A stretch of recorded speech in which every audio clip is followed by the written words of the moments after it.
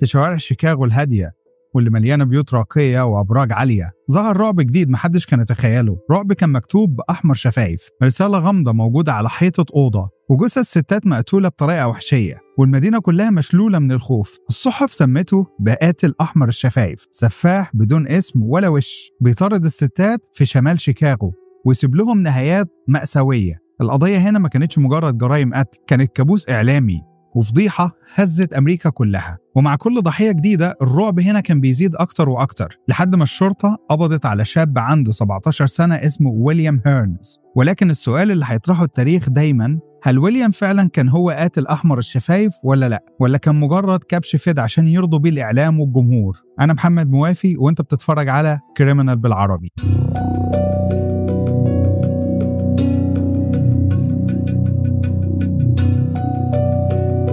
ويليام جورج هيرنز وهو صغير ما كانش بيدي أي إشارة إنه لما يكبر هيبقى قاتل ومتوحش. ما كانش ليه أي سجل عنف أو سجل إجرامي قبل كده، ولكن كان معروف عنه إنه هو حرامي وبيسرق. اتولد في إيفانستون في إلينوي سنة 1928، وده كان في فترة الكساد الكبير، الكساد الاقتصادي. هيرنز اتربى في بيت مليان كله مشاكل وفقر وضغط، وبسبب الخناقات المستمرة ما بين أمه وما بين أبوه كان بيهرب للشوارع عشان بس يلاقي شوية هدوء بعيد عن الجو المكهرب جوه البيت عنده. الراحة دي لقاها لأول مرة وهو عنده 12 سنة لما كان شغال في محل بقالة. الصدفة أخطأ في الحساب مع حد من الزباين وأخذ منه فلوس أقل من اللي المفروض يدفعها، وبدل ما يعوض الغلطة دي مد إيده في فتحة جوه باب شقة وسرق ورقة دولار. السرقة البسيطة دي زي ما تكون كانت شرارة وولعت حاجة جوه هيرن، ومن هنا ابتدى يسرق أكتر وأكتر، فلوس ومبالغ نقدية وحاجات من المتعلقات الشخصية لبعض الناس. ومع الوقت أصبح عنده كنز صغير من الحاجات المسروقة،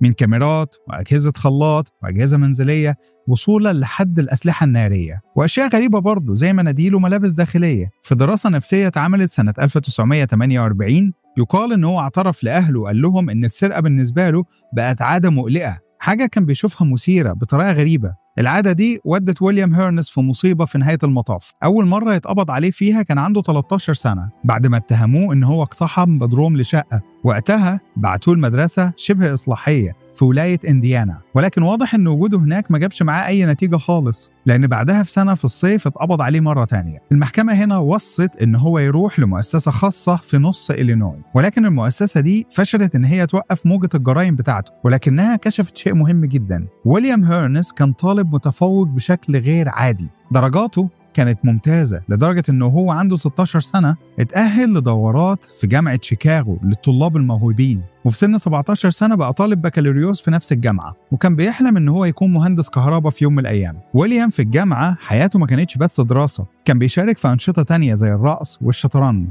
شكله الوسيم وشخصيته الاجتماعية خلوا عنده كاريزما إن هو يكون له مكانة اجتماعية وسط أصدقائه، وكان عنده كمان أكتر من علاقة عاطفية جوه الجامعة. ولكن كل ده ما كانش كافي إنه يمنعه من عادة الطفولة اللي هي السرقة، العادة اللي اتحولت بعد كده من مجرد هوس طفولي إن هي تكون شيء فظيع ومظلم هيأثر على حياته بعد كده.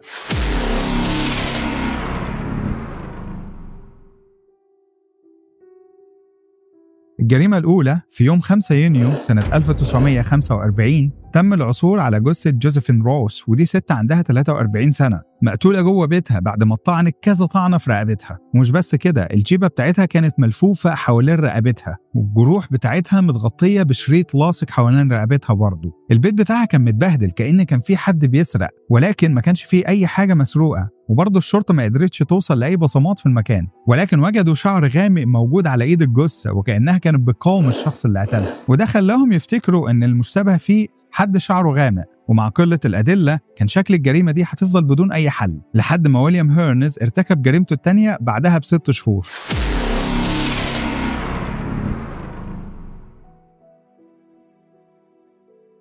في ديسمبر سنة 1945 اكتشفوا جثة فرانسيس براون، دي ست عندها 32 سنة مقتولة بطريقة وحشية في شقتها اللي كانت مستأجراها في فندق في شمال شيكاغو. راس الجثة هنا كانت ملفوفة بقماشة زي ما حصل في الجريمة اللي كانت قبل كده، وبرضه السكينة كانت مزروعة جوه رقبتها. ومرة تانية الأدلة كانت قليلة جدا، لا بصمات لا دليل واضح ولا أي شيء مسروق. ولكن المرة دي كان في شيء غريب ومختلف شوية، رسالة مكتوبة بأحمر الشفايف على الحيطة بتاع الأوضة. الرسالة كانت بتقول: علشان خاطر الرب اقبضوا عليا قبل ما اقتل حد تاني، لاني مش قادر اسيطر على نفسي. الرسالة دي خلت جهات الشرطة في صدمة، والاعلام في حالة من الجنون.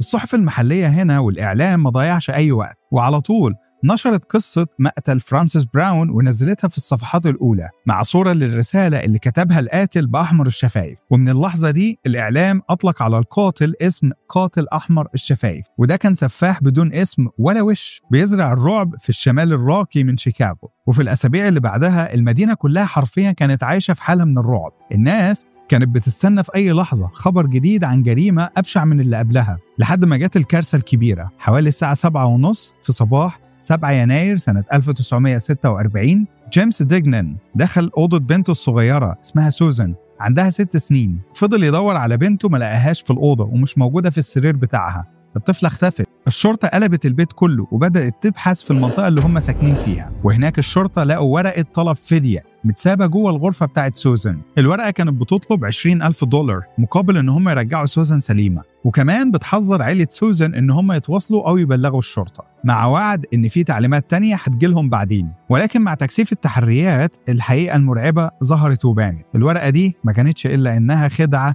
بشعة. وفي نفس اليوم الساعة 7 بالليل تم العثور على راس سوزان ديجنان مقطوعة ومرمية في الصرف جنب بيتهم. وبعد وقت قصير الشرطة لقت باقي جسمها، رجليها ونصها العلوي متقطعين ومرميين في صرف قريب من البيت برضه. وده كان سبب تاني يدخل المدينة في حالة من الشلل والرعب مرة تانية. وبعد الرعب والغضب اللي كان ماسك في قلوب الناس بعد ما اتقتلت سوزان، الضغط هنا بقى مرعب على شرطة شيكاغو. الكل عايز يشوف القاتل في إيد العدالة. لشهور طويلة الشرطة كانت بتفتش وبتحقق، وكانوا بيستجوبوا مئات الناس وقبضوا على أكتر من حد مشتبه فيه، ولكن للأسف في الآخر ما وصلوش لأي حاجة، والشرطة هنا بدأت تحس باليأس.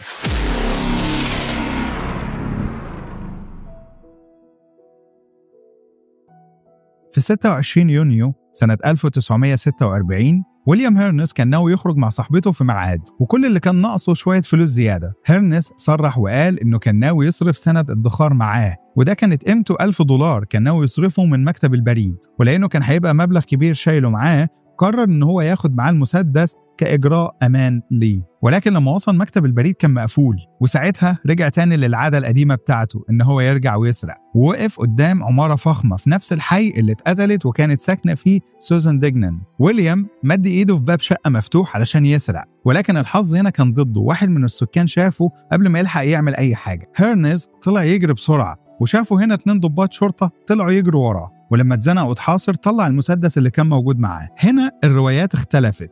الضباط قالوا إن هيرنز هو اللي ابتدى وضرب عليهم نار الأول، وهم اضطروا إن هم يردوا عليه ضرب النار. ولكن هيرنز أصر في التحقيقات إن الشرطة هي اللي ابتدت ضرب النار عليه الأول، ودي حاجة هو وصفها إنها حاجة غريبة، لأن الشرطة ما بتبتديش بضرب النار على حد أعزل. في النهاية طلقة واحدة بس اللي انضربت، وفي لحظة خوف هستيري هيرنز جري على واحد من الضباط وحاول يتخانق معاه. اللي حصل بعد كده كان شبه مشهد كوميدي أكتر من إنه هو يكون شيء واقعي. ضابط شرطة كان بره الخدمة لسه راجع من البحر ولابس شورت سباحة.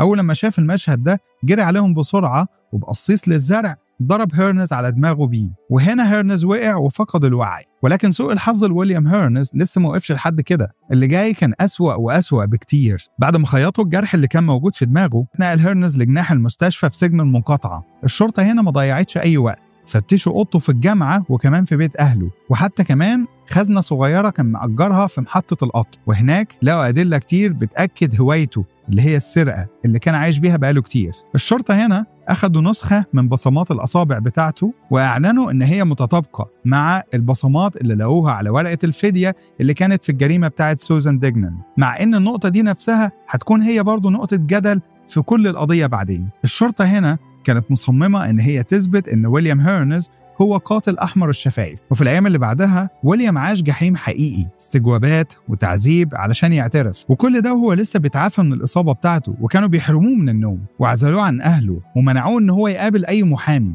وفي خلال واحدة من جلسات الاستجواب ويليام هيرنز وهو لسه عنده 17 سنة كان بيفقد الوعي بتاعه من كتر الألم والأدوية والإرهاق اللي بيتعرض له. ومع كل ده ما اعترفش إن هو عمل كل الجرائم دي. الوثائق القانونية بتقول إن هم على طول طلبوا إن هم يعملوا له اختبار اختبار لكشف الكذب، ولكن حالته الصحية كانت سيئة جدا ومليانة ألم، لدرجة إن قراءة الجهاز بتاع كشف الكذب ما كانتش دقيقة وما ينفعش إن احنا ناخدها على محمل الجد. وفي وقت تاني دكتور حقنه بمادة اسمها بنتوثال الصوديومي، وده اللي بيسموها السيرم بتاع الحقيقة اللي بيستخدموه علشان المجرمين يعترفوا عن الجرائم بتاعتهم، وده كان بدون إذن من ويليام هيرنز نفسه أو حتى أهله. المادة دي كانت بتدخله في حالة من الهذيان ما بين فقدان الوعي وما بين الألم الشديد، وتحت تأثير المخدر وهو مش واعي تماما بدأ يقول كلام وكأنه اعتراف، وقال إن في واحد تاني اسمه جورج ممكن يكون هو اللي ارتكب الجرائم دي. الشرطة هنا قررت إن جورج ده مش شخص تاني ولكنها شخصية جديدة عايشة جوه ويليام هيرنز نفسه، واعتبرت إن ده اعتراف بالذنب.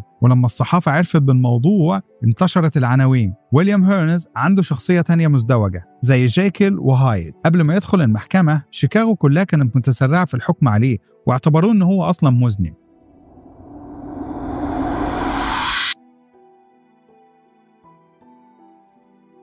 رغم إن الشرطة كلها كانت واقفة قدام الصحافة وبتعلن إن الأدلة كلها ضد ويليام هيرنز، لكن الحقيقة كانت معقدة عن كده بكتير. قالوا إن بصمات أصابع ويليام هيرنز متطابقة مع بصمات الأصابع اللي لقوها على ورقة الفدية في البيت بتاع سوزان الطفلة اللي اتقتلت قبل كده، ولكن لما حققوا لقوا إن في تطابق على 9 نقاط فقط، في حين إن المعايير الفيدرالية نفسها والقوانين بتنص على إنه على الأقل لازم يكون 12 نقطة تطابق علشان يكون التطابق قاطع. الغريب إن الورقة دي نفسها تم فحصها لشهور طويلة جدا قبل ما يتقبض أصلا على ويليام هيرن، وكانت ممسوكة عن طريق ناس كتير جدا بتتعامل في الورقة دي، ومع ذلك المطابقة دي ما ظهرتش إلا بعد القبض عليه. ده غير إن في خبراء خطوط أكدوا إن خط إيد ويليام هيرنز ما كانش ليه علاقة بالرسالة اللي كانت مكتوبة بأحمر الشفايف واللي كانت موجودة على الحيطة في شقة فرانسيس براون، ولا بورقة الفدية اللي كانت موجودة في بيت سوزان. وفي 12 يوليو سنة 1946 وبعد 17 يوم بس من اعتقاله اتوجهت له التهم اعتداء بنية القتل والسرقة و23 تهمة اقتحام زائد 3 جرائم قتل. وبرغم ان هو فضل مصر على براءته في الاخر وافق ان هو يدخل صفقة اقرار بالذنب علشان يهرب من تنفيذ حكم الاعدام بالكرسي الكهربائي. وصرح في مقابلة مع مجلة اسمها جي كيو وده كان في سنة 2008 قال لهم ان الموضوع انك اول لما تموت خلاص ما عندكش اي فرصة توضح بيها الحقيقة، ولكن طول ما انت عايش انت لسه في عندك امل تثبت انك بريء، وكان افضل ليا ان انا اعيش مظلوم من اني اموت. ويليام هيرنز اعترف بالذنب في 3 جرائم قتل، والمحكمة حكمت عليه ب3 مؤبد ورا بعض، ومؤكد ان القرار ده انقذه من الاعدام، ولكن في المقابل ده كلفه عمره كله 65 سنة قضاها ويليام هيرنز في السجن، منهم 30 سنة في اقصى درجات الحراسة المشددة. ويليام هيرنز مات جوه السجن سنة 2012، كان عمره وقتها 83 سنة، وما سابش الدنيا إلا وهو مصر إن هو بريء. وفي الآخر لما اتقفلت الدايرة حوالين ويليام هيرنز اتوجهت له كل أصابع الاتهام.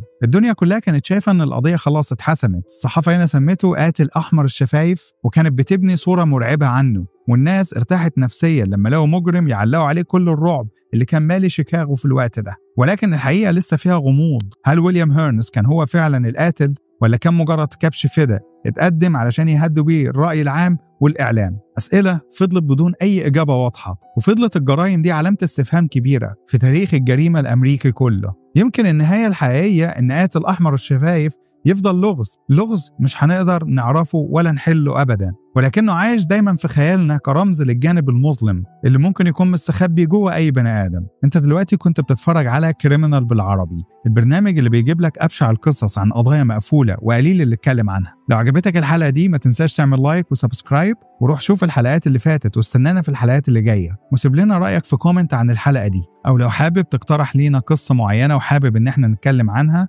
سيب لنا تعليق. شكرا ليك.